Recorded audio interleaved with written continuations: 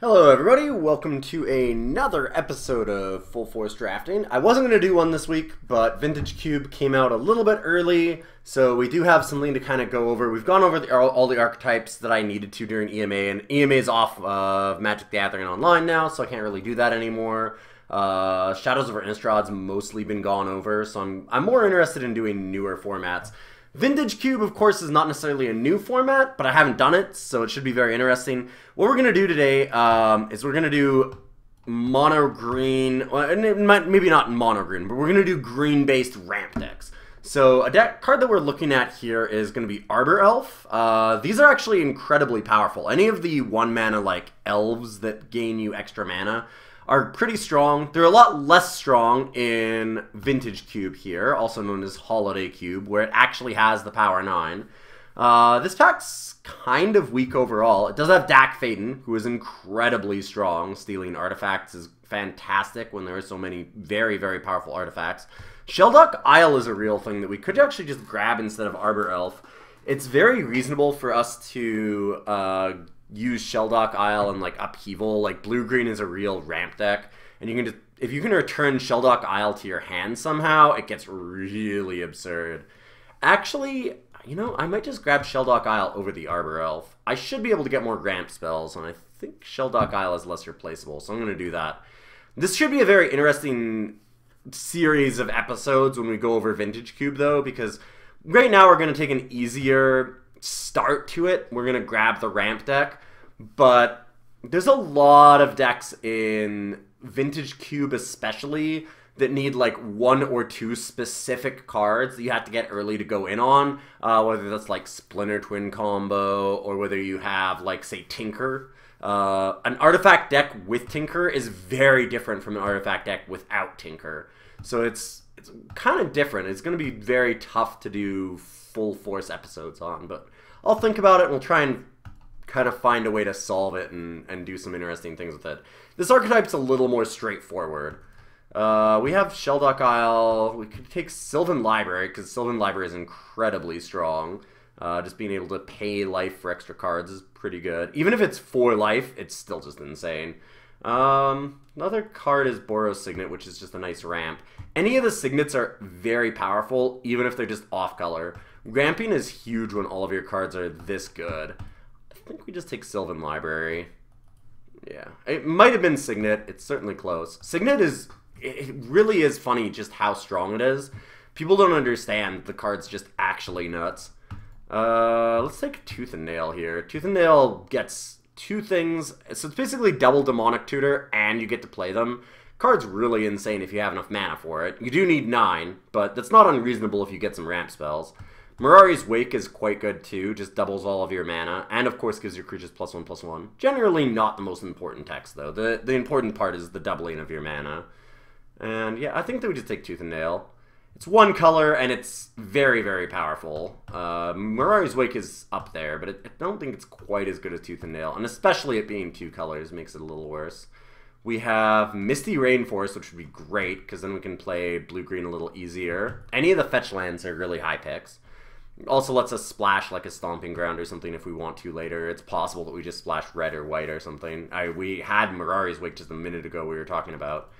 But I think that Avacyn's Pilgrim is just important enough. We already have something to ramp into, and we have no ramp spells yet, that I think that we just take the Avacyn's Pilgrim. Garruk Relentless is okay. It's a lot better in Legacy Cube. In Vintage Cube, there are a lot of decks that might not play any creatures. Like, for example, Storm. They just don't care. Tinker decks will play very minimal creatures, too. And so you don't really need Garruk Relentless to, like, deal 3 damage to a creature and flip.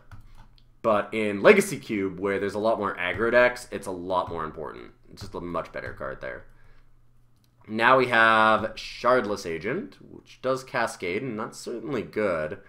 Staff of Domination combos infinitely with Raphellos, so that's always something that you can look at. If you have Raphellos and you have enough forests, he taps for each forest that you control, and then you get to use the Staff of Domination to untap Raphellos, and then you can untap Staff of Domination. So if you have 5 forests, then it goes infinite and you have infinite mana. And once you have infinite mana, then this thing gets really silly because you can tap everything, gain infinite life, draw infinite cards. Staff of Domination powers out a lot of infinites very quickly. There's also Kitchen Finks, which is just kind of fine. I think it's Shardless or Staff. Staff leads to some really broken combos, but Raphaelos is hard to get. I think I just take Shardless. And Staff might come back, too, because it really only combos with a few things. We have Thrun, Mystic Snake. I like Mystic Snake quite a bit. You don't get a lot of counter spells in blue-green. And I mean, Mystic Snake's kind of cool. Just a nice 2-for-1. Thrun is really, really good against control decks, specifically. Like, it can be a good clock. They can't counter it. They can't kill it. But it's not good enough in the main deck. Like, there's a lot of decks that they can just ignore it. Like, again, like the Storm-type decks or a Tinker deck. Like, you play Thrun the last Troll on turn 3, and then your opponent goes Tinker into Blightsteel Colossus, and you just go, guess I'm chump blocking? Like, you just can't do anything about it. Mystic Snake at least answers some really disgusting things like that. You can flash it in against a similar draw. Ooh, Finehorn Elves, not bad. Wouldn't mind Inqua Leviathan just as a big beater for the end game, but I mean, we'll find some, I'm sure. The nice thing is, with this style of deck, I think that you really need to make sure that you get a lot of ramp first, and then you go for the big creatures, because there's a lot of really big, powerful creatures that you can ramp into. There's not necessarily as many things that you can actually ramp with. Alright, let's take Lotus Cobra. Or at least, like, that's the more important thing. It's easy to pick up, like, 1 or 2 late-game things at some point. Yeah, Lotus Cobra seems fine. There's obviously exceptions. Wow, Arbor Elf Wield. Like, there are certain cards that you should just take because they're so absurd. A good example would be, like, Craterhoof. What the... That just took Jackalpup. I'm not quite sure why. I'm not very happy about it. Wow. Well, alright. I mean, I guess that we take Venser or Spellskite. I don't love Venser in a ramp deck. If we take Venser, I feel like we're... I do want to cut blue. I'll take it for now. One of the problems with this style of deck is you can end up in a deck that ends up not ramping, but ending up with like a bunch of mid-range kind of value creatures with a bunch of like mana elves and no real ramp cards, like none of the payoff at the top end. And I really don't like that style of deck. That style of deck's not great, and the reason being that everybody just goes over the top of you. Like, just playing mid-range creatures just isn't good enough. People are either too fast for you to handle, or they're just, like, playing things that are way better than anything you can deal with. See, like, these are all the mid-range kind of cards I just don't really care that much about. So you can't really deal with, like, Storm or Tinker or, like, really heavy control decks. And you can maybe deal okay with aggro decks, but you can probably still have some trouble with them. So there's like just no good slot for the deck.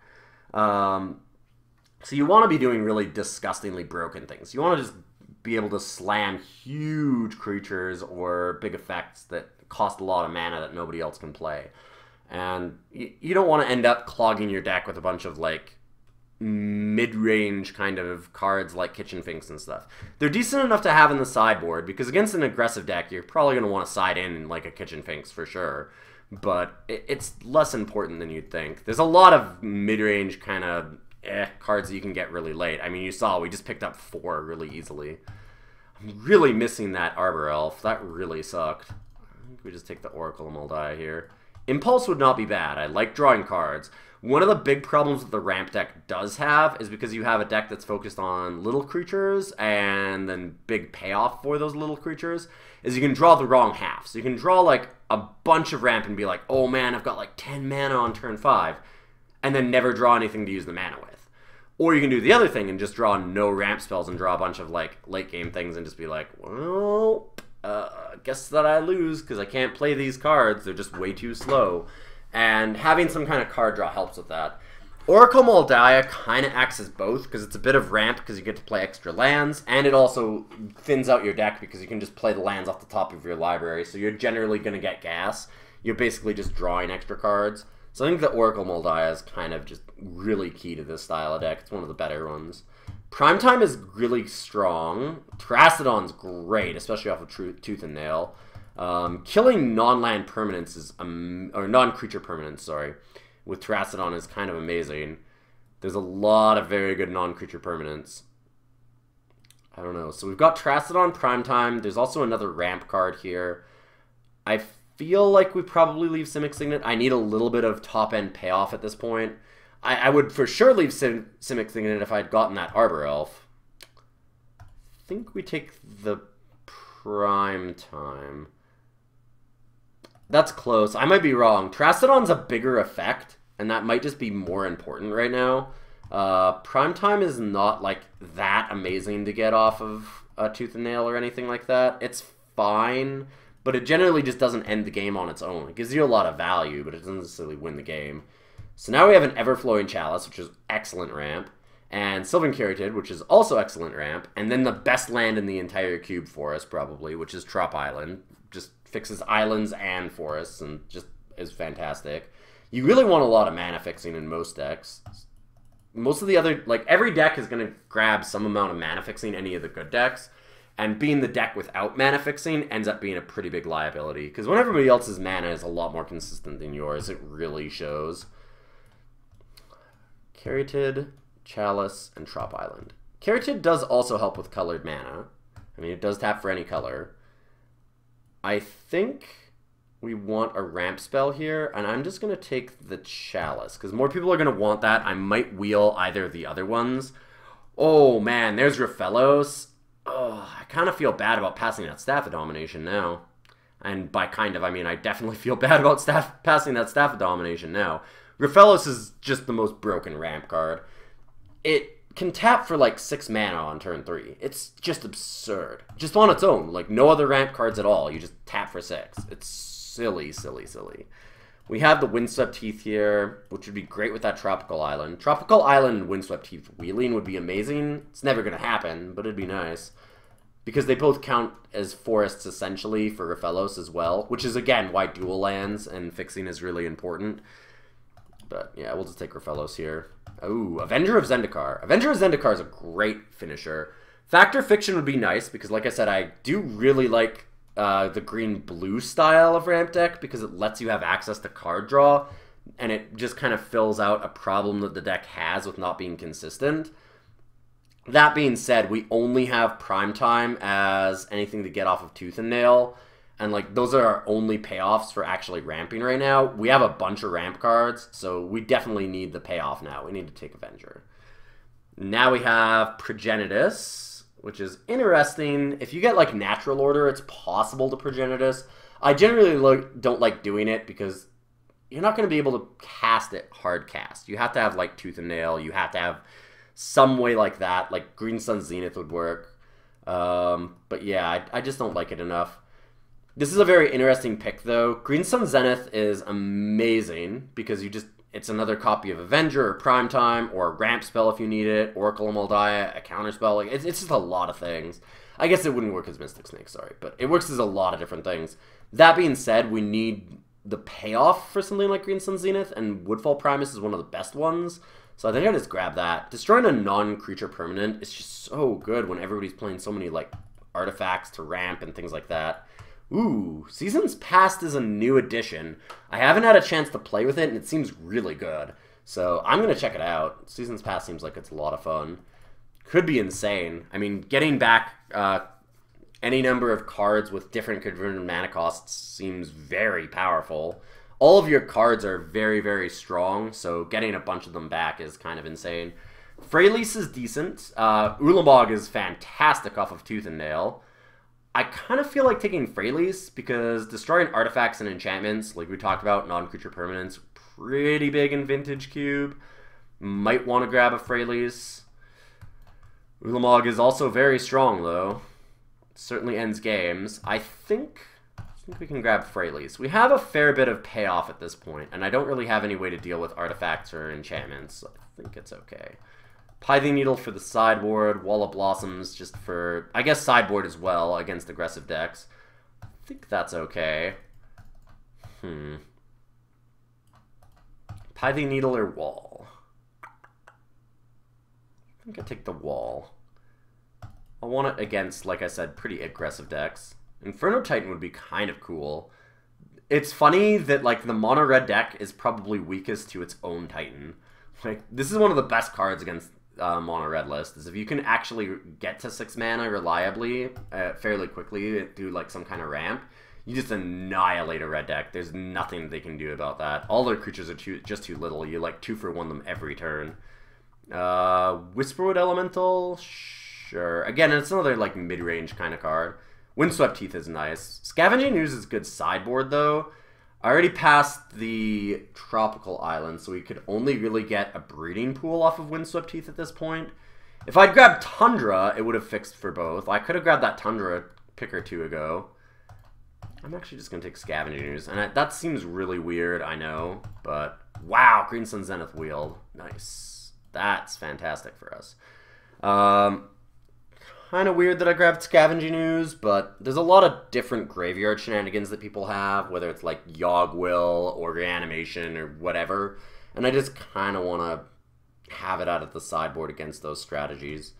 Primal Command is kind of nice. If you can ramp to it really early, putting a non-creature permanent on top of their library is pretty nasty. Probably don't main deck it. Better against, like, a slower deck, I think. Now we have Glenelender Archmage, which is incredibly strong, because countering spells and multiple spells off of a creature, like, it's like a 3-for-1. All their spells are really, really strong. Like, people are going to play insane things, like Recurring Nightmare. You know, you're going to have things like that to counter, so Glenelender Archmage just is kind of nuts. We are playing blue, so we could play the Archmage. There's also Selesnya Signet for more ramp, and we do need more ramp right now. And there's also Genesis Wave. At this point, I think we have enough top-end payoff, and we can start going back to grabbing low-end ramp cards. I think we just need the Signet more. We have 1, 2, 3, 4, 5 ramp spells reliably. We need more than that. We need, like, 8, probably. Ooh, Consecrated Sphinx just draws a million cards. Consecrated Sphinx is a great top end. Dismember is removal for us. It's not actually black. It's just 1 mana, pay for life. Give -5/-5. Might not be that useful here, though. Like I said, there's a lot of decks that don't run a lot of creatures just because it's Vintage Cube. They can have Storm or Tinker and different things like that, and just any creatures that they have don't die to Dismember, and they might not even have any creatures. We have Search for Tomorrow, Jace, and Consecrated Sphinx. I think it's Search or Consecrated Sphinx. At this point, it might just be the Search.